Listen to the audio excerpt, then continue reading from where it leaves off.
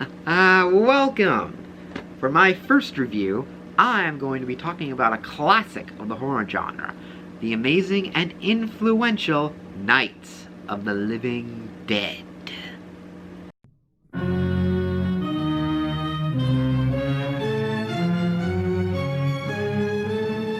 Directed by George A. Romero, Night of the Living Dead was a zombie film made in 1968.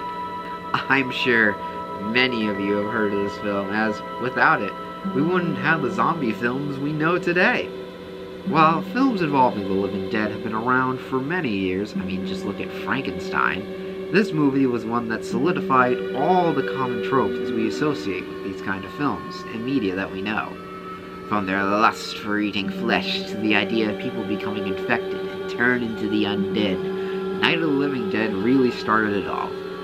Which is interesting to think about because this movie was panned when it initially came out. You see, before this point, gore and violence was somewhat subdued in film before this. Things like half-eaten dead bodies and creatures feeding on flesh were seldom seen, and when they were never to the extreme that Night of the Living Dead had gone. So it's reasonable to imagine that audiences and critics were not too thrilled to see such imagery. Then again, can you blame them? Some of this imagery is still freaky even today. But enough of the introduction. After all, there's far more to talk about than Night of the Living Dead's gore and influence on culture. Now, without further ado, this is Night of the Living Dead. Let's review. So our film opens up with a rather long shot of a road. Now obviously this is to build tension and suspense, but I think they could have cut it down a little bit. After all, just lingering on a road with spooky music does not constitute a scary atmosphere. But I digress.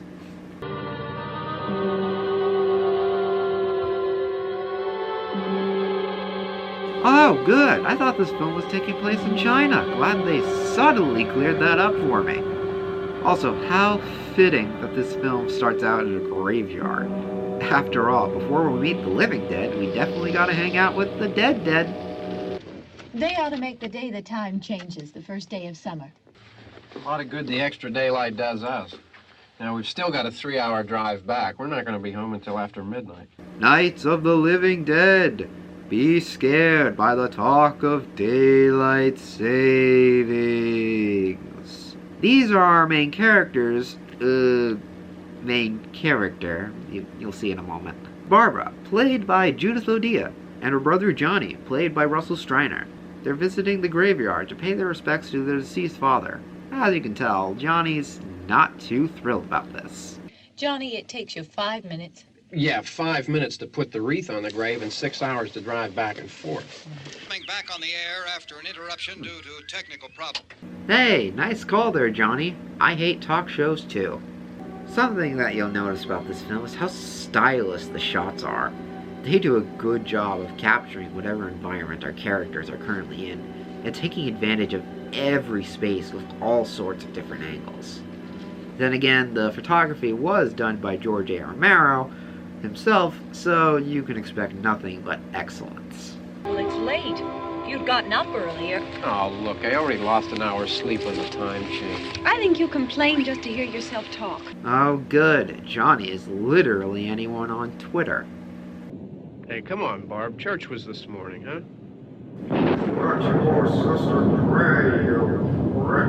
As Barbara pays her respects, Johnny takes the time to recount how he used to scare her in this graveyard when they were kids. Understandably, Barbara doesn't take this so well.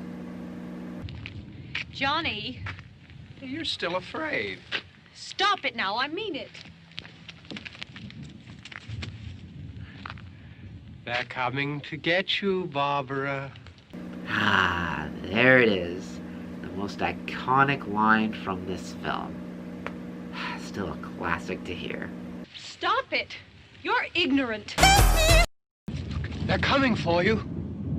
Look, there comes one of them now. Who? Me? No, I'm just, out for a walk. Yeah, that's it, Tiptoe through the window. Ah, screw it. Brains! Thankfully, Johnny's able to free Barbara from the attacker. Unfortunately, well, he doesn't come out so lucky.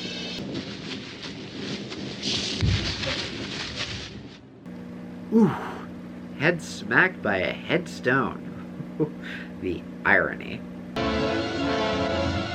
Oh, thank God, I made it to the car. Now I just need to... Oh, yeah, this is a horror movie. Of course I don't have the keys. Ah, yeah, I forgot. Despite the fact that this movie influenced so many tropes in the zombie genre of films, this was before zombies had the trope of being sluggish and stupid.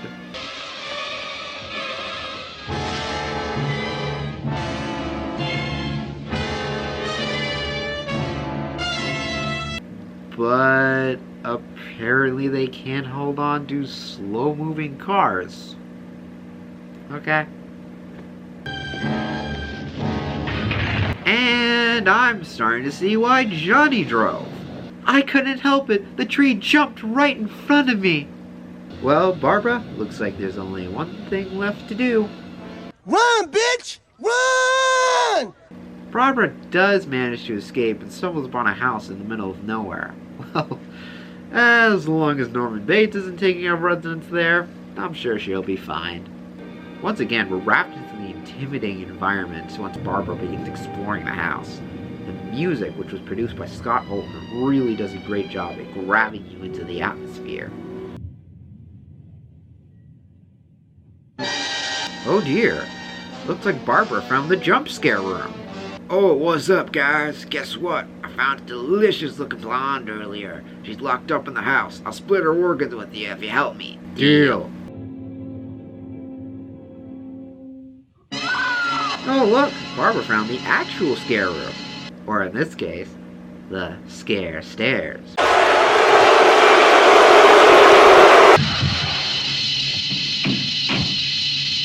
Hello there.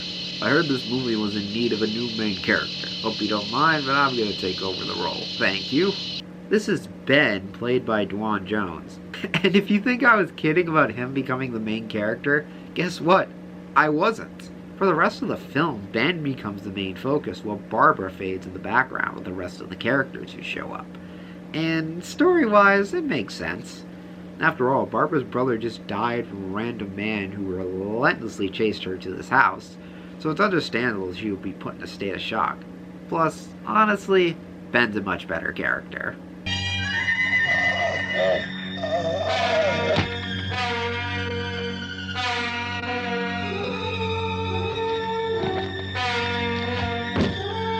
See? He even helps out with the gore effects. The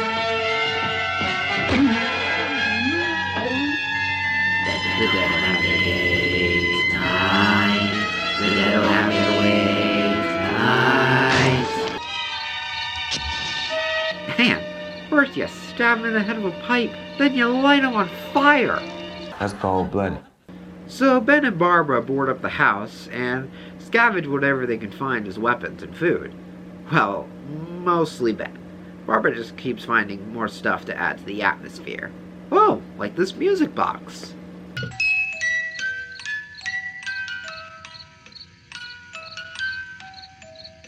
Knights of the Living Dead, be scared of the gentle tones of a music box. Ooh. Enough of that. Let's let Ben explain some more about what's going on. There's a radio in the truck. I jumped in to listen to it when a big gasoline truck came screaming right across the road. But there must have been 10, 15 of those things chasing after it. The truck went right across the road. Slammed on my brakes to keep from hitting it myself. It went right through the billboard, ripped over a gas pump, and never stopped moving. By now, it's like a moving bonfire. I was alone with 50 or 60 of those things, just standing there, staring at me. Just plowed right through them. They didn't move, they didn't run or just stood there, staring at me. Thank you, Ben. And a moment of silence for those off-screen deaths. That moment's over. Moving on. Now, something kind of funny, when Ben tells his story, Barbara, and in turn the audience, remains quiet and listens intently. However, when Barbara tells her story to Ben, he kind of just gets up and starts barricading stuff as Barbara goes on, getting more and more hysteric as she goes. He even casually tells her to calm down. He held me and he ripped at my clothes.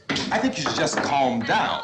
I find this ironic because it feels like Ben is representing the audience here, and the fact that he doesn't want to hear any of this because we already know what happened in the first 15 minutes of the film. We were riding in the cemetery, Johnny and me. We know. We came to put a wreath on my father's grave. We know. And he said, "Oh, it's late. Why did we start so late?" We know. And then this man started walking up the road. We know. And Johnny kept teasing me and saying, "He's coming to get you, Barbara."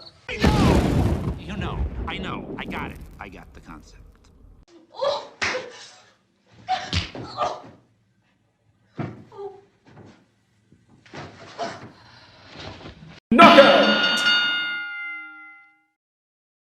Enough of that. Let's see what's playing on the radio.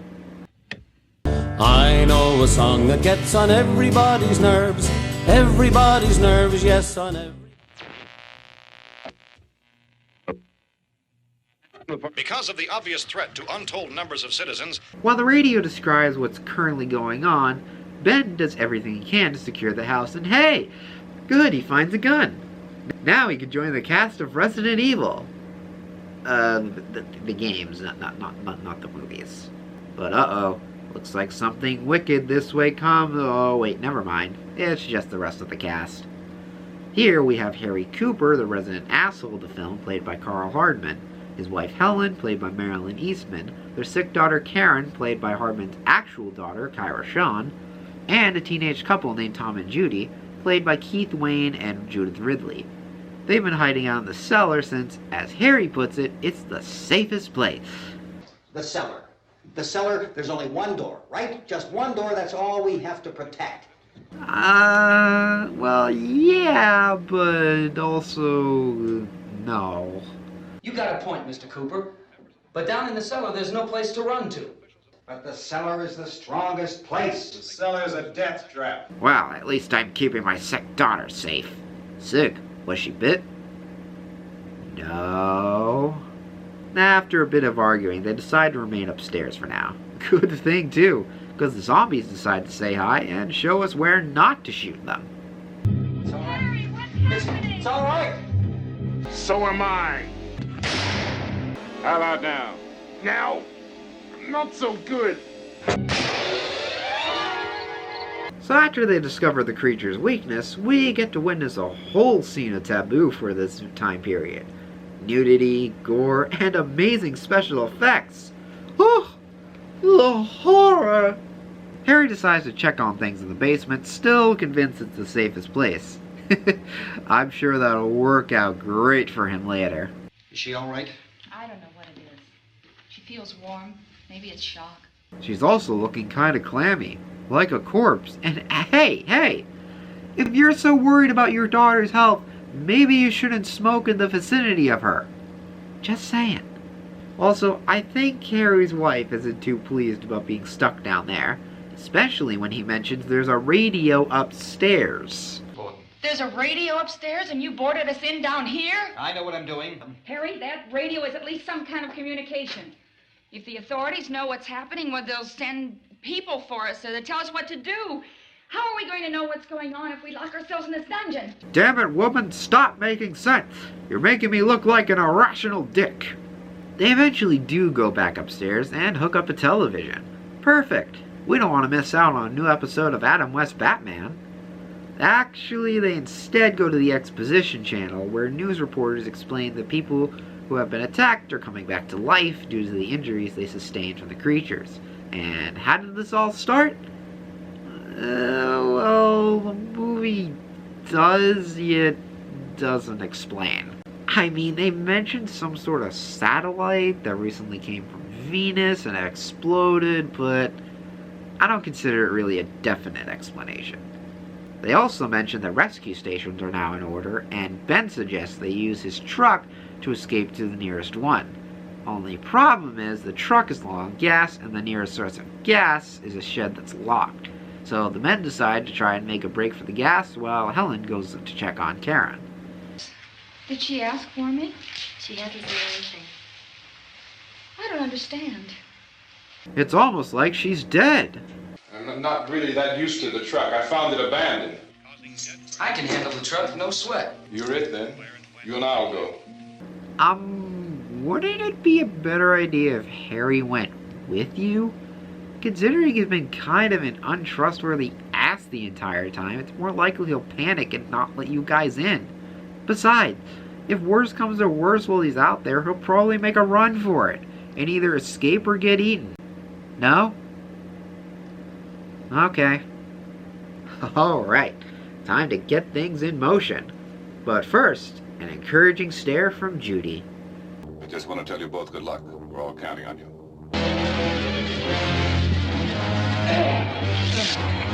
Jeez, Tom. I know he's trying to kill you, but that was just plain rude. Now we get to the fun part of the movie. The music, the tension, the sense of dread as they're completely surrounded by ghouls can still send chills down my spine. Plus, you gotta give props to the cast members who are willing to let themselves be caught on fire. It's also clever because the tension isn't only from the zombies.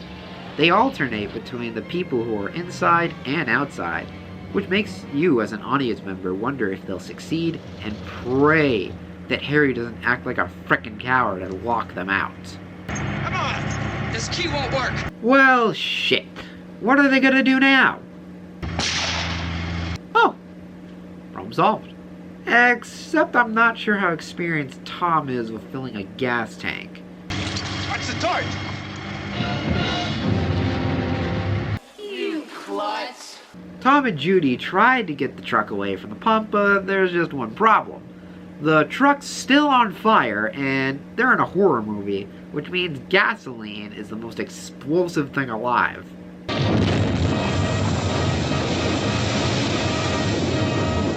See? Ben makes it back to the house, and of course, Harry doesn't let him back in. What a dick. Thankfully, Ben has the same thoughts as the audience and gives Harry a right good smackdown. Well, not a good smackdown. Actually, a rather poorly choreographed one. Go! Mighty ball! I'll drag you out there and feed you those things. Well, good thing came out of this. The undead won't bother you for a while. And hey, they got barbecue.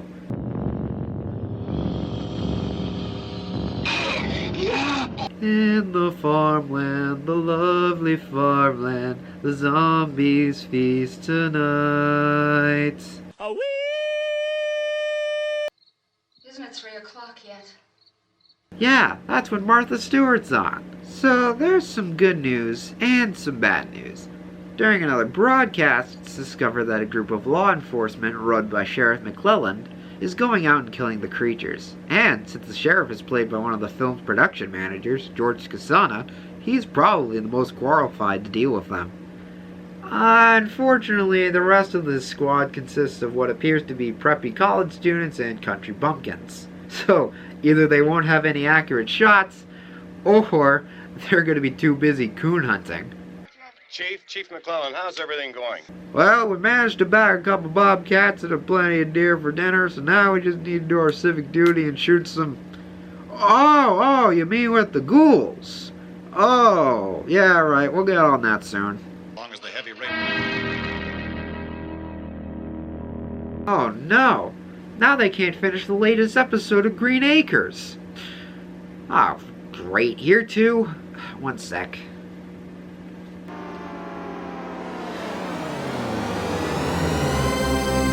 There we go.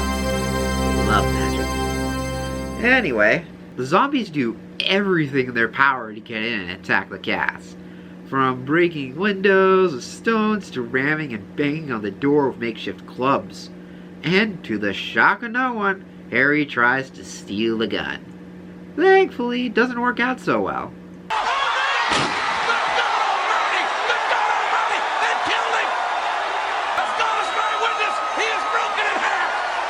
Eventually, Barbara finally remembers she's in this movie and helps Ben barricade the door. Helen goes downstairs and... wow, Karen's a zombie. Didn't see that coming. Also, by the way, I didn't edit what you're about to hear.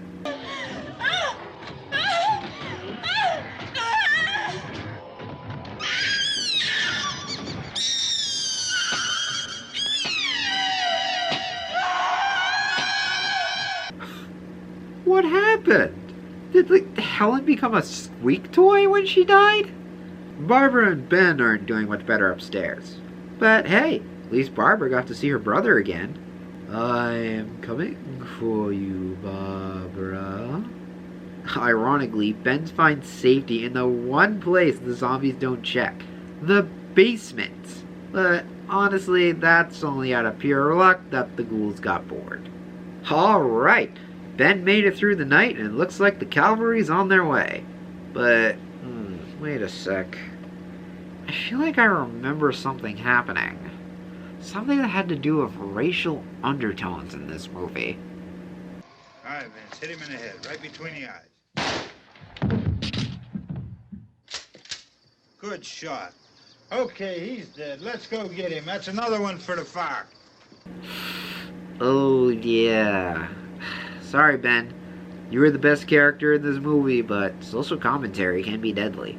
Night of the Living Dead is a true classic of the horror genre, and it's not hard to see why. It's got a good plot, a suspenseful and unsettling atmosphere, interesting characters, and of course, fantastic practical effects. Without it, and its sequels, Dawn of the Dead and Day of the Dead, I doubt horror movies would be the same as they are now. If you want to check it out, you're in luck, because it's on YouTube. Give it a watch, and enjoy history in the making. And thank you for joining me for this review. Until the next film, farewell.